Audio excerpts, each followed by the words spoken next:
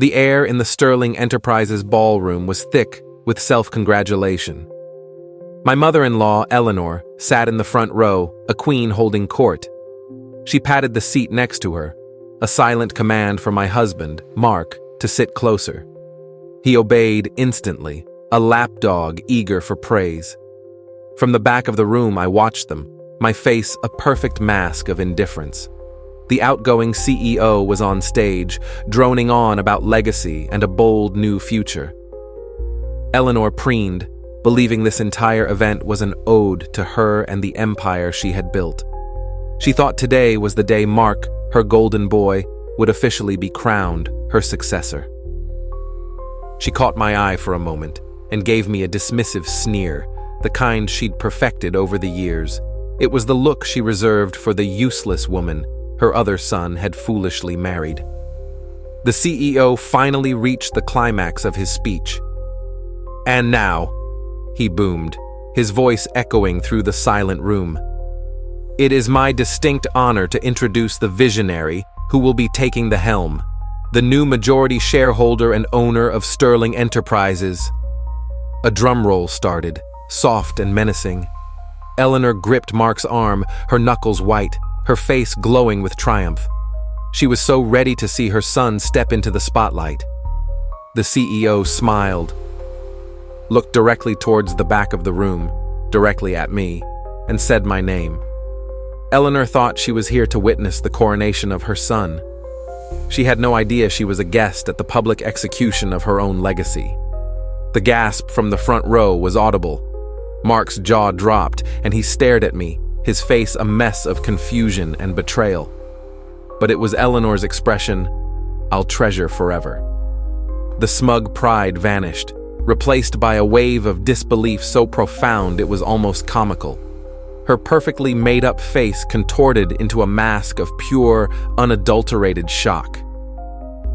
The word she'd branded me with for years, useless, was probably echoing in her head as I began my slow, deliberate walk toward the stage, toward everything she believed was hers. You might be wondering how the woman she tried to throw out on the street ended up owning her entire company. The answer to that question began 5 years ago, with a hospital phone call and a secret my first husband, her forgotten son, left behind for me. 5 years earlier, the world was a much smaller, softer place. It consisted of the tiny apartment I shared with my husband, David, and the love that filled it. David was Eleanor's eldest son, but you would never have known it. He was the quiet one, the steady one, the one who didn't have the ruthless spark his mother valued above all else. While his younger brother Mark was groomed for the executive suite, David was given a mid-level logistics job at the company and told to be grateful for it. He never complained. He'd just come home to me, kiss my forehead, and say, "It's enough, as long as I have you." Eleanor despised me from the moment David introduced us. I wasn't from a wealthy family, I didn't have a business degree, and I didn't worship the ground she walked on. I was, in her favorite word, useless. She said it at family dinners, under her breath, but loud enough for me to hear. "Can't you do anything right, you useless girl?" She'd hiss if I put a fork down in the wrong place. When David tried to defend me, she'd turn on him. "See? She makes you weak. A woman's job is to build her husband up, not drag him down to her level." To her, I was a parasite, a distraction from the Sterling family's grand destiny. Then, David got sick. It was fast, aggressive, and the treatments were ruinously expensive. The insurance covered the basics, but his only real chance was an experimental program that cost a fortune. David had a small trust fund he couldn't touch until he was 40, but Eleanor was the executor.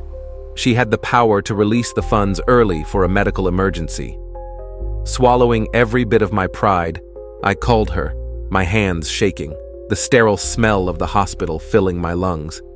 I explained the situation, my voice cracking as I begged her to save her own son. There was a long, cold silence on the other end of the line. Then she laughed. It wasn't a loud laugh, just a short, sharp bark of amusement.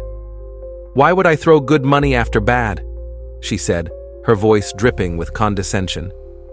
David was always a weak investment, and you, my dear, have proven to be the most useless of all. If you were a better wife, maybe you could have afforded to save him yourself." She hung up. I stood there in the quiet hospital corridor, the dead phone pressed to my ear, and felt the last piece of my soft world shatter into ice. In that sterile, quiet corridor, something inside me died, but something else was born. The heartbroken wife was replaced by a widow, forged in ice and fury. I walked back into David's room, my face composed, and sat by his bedside. I didn't have to tell him what his mother had said. He saw it in my eyes. He just squeezed my hand, a weak but steady pressure.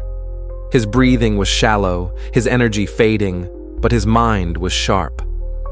"I knew she'd do that," he whispered, his voice raspy. "I've been preparing for this just in case, for you." He directed me to a worn leather briefcase under his hospital bed. Inside, beneath old paperbacks and sketches, was a thick legal portfolio. He explained it all in short, breathless sentences. Years ago, before his father passed away, David had been the true innovator at the company. He'd developed and patented the core processing technology that Sterling Enterprises' entire flagship product line was built upon. His father, a fairer man than his mother, had insisted the patents remain in David's name as his inheritance. But after his father died, Eleanor buried the truth. She and Mark took all the credit, built the company's reputation on David's genius, and treated him like a charity case in his own empire. "She never thought I'd check," David rasped, a faint, bitter smile on his lips. "She never thought I had it in me to fight back. But I did. The patents were never transferred to the company. They're held in a private trust, a trust I've made you the sole beneficiary of." He pushed the documents into my hands. They felt heavier than stone. "Don't let them have it, promise me," he pleaded, his eyes locking onto mine. "Everything they have is built on a lie. It was mine, and now it's yours. Make them pay for this." I made the promise.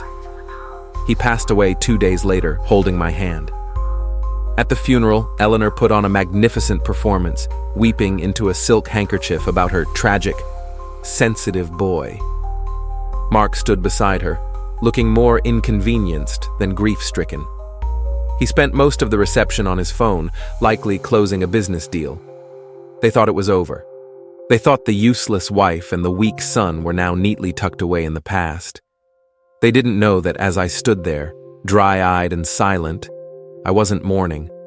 I was memorizing a battlefield.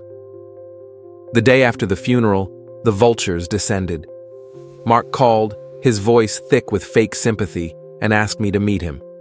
He sat across from me in a sterile coffee shop, slid an envelope across the table, and gave me a condescending smile. "A little something to help you get back on your feet," he said smoothly. Inside was a check for $50,000. It was less than he'd spent on his last sports car. It was the price they were paying for me to disappear.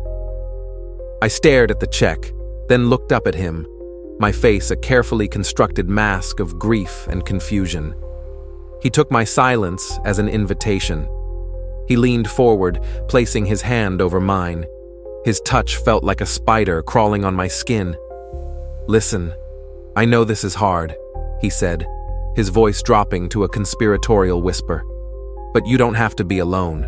David's gone, but you're still part of this family. A very beautiful part."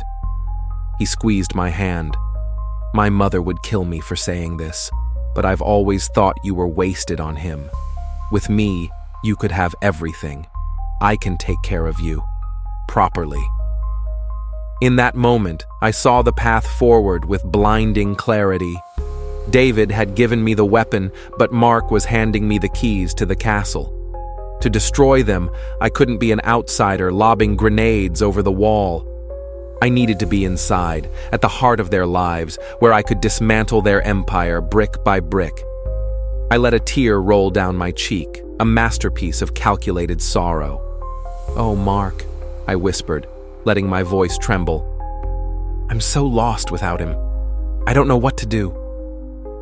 His smile was predatory. He thought he'd found a broken little bird he could put in a gilded cage. He had no idea he'd just invited a viper into his bed.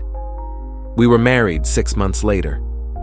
Eleanor was horrified, but Mark convinced her it was the perfect way to keep David's legacy and me under their control. For the next 4 years, I played the part of the perfect useless wife. I was quiet, obedient, and utterly unremarkable. I endured Eleanor's daily insults and Mark's self-satisfied affection. They saw me as a decorative object, a testament to Mark's generosity. All the while, I was meeting with David's lawyers, studying the company's financials, and quietly setting my pieces on the board. The day I walked down the aisle to marry Mark, wearing a white dress that felt like a burial shroud, I wasn't thinking about love or a future. I was thinking only of the promise I'd made to a dying man. Life as Mrs. Mark Sterling was a masterclass in self-control. For 4 years, I smiled when I wanted to scream, feigned affection when I felt revulsion, and played the part of a fragile, brainless doll. Eleanor's attacks were relentless and petty. I was too quiet, then too loud. My decorating taste was tacky. The meals I planned were bland. Every day was a fresh barrage of microaggressions designed to reinforce my uselessness. Mark would just watch with a smirk, amused by his mother's cruelty. They spoke in front of me as if I weren't there, discussing sensitive company business, internal rivalries, and financial vulnerabilities. I was just part of the furniture, and I listened to it all. Every insult was a drop of fuel. Every condescending remark sharpened my focus. While they saw a vacant wife, I was a spy in their midst. I memorized every password I saw, photographed documents left on Mark's desk, and pieced together a complete picture of the company's inner workings. My legal team, acting on behalf of the anonymous trust David had left me, began to apply pressure.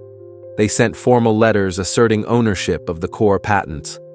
Mark, in his arrogance, laughed them off. "Some patent troll trying to make a quick buck," he told Eleanor over dinner. "Our lawyers will bury them." He had their lawyers send back dismissive, threatening responses, a fatal mistake. The perfect opportunity arrived in the form of an acquisition deal. A massive tech conglomerate wanted to buy Sterling Enterprises for a staggering sum. This was to be Eleanor's crowning achievement, the deal that would make the family legends. But a deal of that magnitude required intense due diligence. The buyers would scrutinize every asset, every contract, and every patent. This was the moment I had been waiting for. 2 weeks before the deal was set to be announced, my lawyers confidentially contacted the acquiring firm's legal department. We didn't ask for money. We simply presented them with the undeniable, ironclad proof that the billion-dollar company they were about to buy did not own the technology that gave it its value. The fallout was immediate and catastrophic.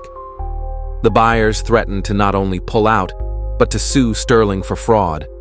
The board of directors was thrown into a secret panic. Their golden goose was a house of cards. With their backs against the wall and facing total ruin, I made my move. My lawyers presented the board with my one and only offer, a complete transfer of majority ownership to my trust in exchange for my silence and a new licensing agreement. They had no choice. It was either give the company to me or watch it burn to the ground. They chose survival. The CEO was instructed to facilitate the transfer and prepare a new announcement. Eleanor and Mark, completely unaware of the chaos, continued planning the lavish party to celebrate their victory. And so, I walked onto that stage, the clicking of my heels the only sound in the stunned ballroom. I reached the podium and adjusted the microphone, my movements calm and deliberate. I looked out at the sea of shocked faces, my eyes finally resting on the front row. Mark was pale, his mouth opening and closing like a fish, but it was Eleanor who held my gaze. The blood had drained from her face, leaving behind a grotesque painting of rage and disbelief. Her carefully constructed world had just been obliterated. and I was the one holding the detonator. "Good evening," I began, my voice clear and steady, amplified throughout the silent room. "I understand there may be some confusion. Please, allow me to clarify." I looked directly at Eleanor. For decades, this company has presented a certain story to the world, a story of a brilliant matriarch and her worthy successor. But that story was a lie. A wave of murmurs rippled through the audience. I let it build for a moment before continuing. The truth is that Sterling Enterprises was built on the genius of one man, my late husband, and Eleanor's eldest son, David Sterling. Gasps erupted from the crowd. The core technology that has generated billions in revenue was his invention, his creation, his legacy. A legacy that was stolen from him by those who should have honored him. I let my gaze drift to Mark, who looked like he was about to be sick. For years, others have taken the credit, reaped the rewards, and lived in luxury off his mind, while he was pushed aside and called a weak investment. When he was dying and needed their help, they told him he wasn't worth the money. My voice was as sharp and cold as a surgeon's scalpel. Today, that injustice is corrected. I have invoked my legal rights as the sole heir to David's patents and intellectual property. This company is now, and will forever be, a testament to his name, not the greed of those who betrayed him. I paused, letting the weight of my words sink in. As my first official act as owner, I am announcing a complete corporate restructuring. "Mark Sterling," I said, my eyes locking on his, "your position is redundant, effective immediately. Security will escort you out." Two guards who had been waiting by the doors began to walk toward him. He lunged to his feet, screaming, "You witch! You can't do this!" But they took his arms firmly. Then I turned to the Queen on her shattered throne. "Eleanor Sterling is hereby retired from the board and all advisory positions. Her access to this building and its accounts is terminated." She didn't scream. She just made a strange, strangled sound and slumped in her chair, a broken statue.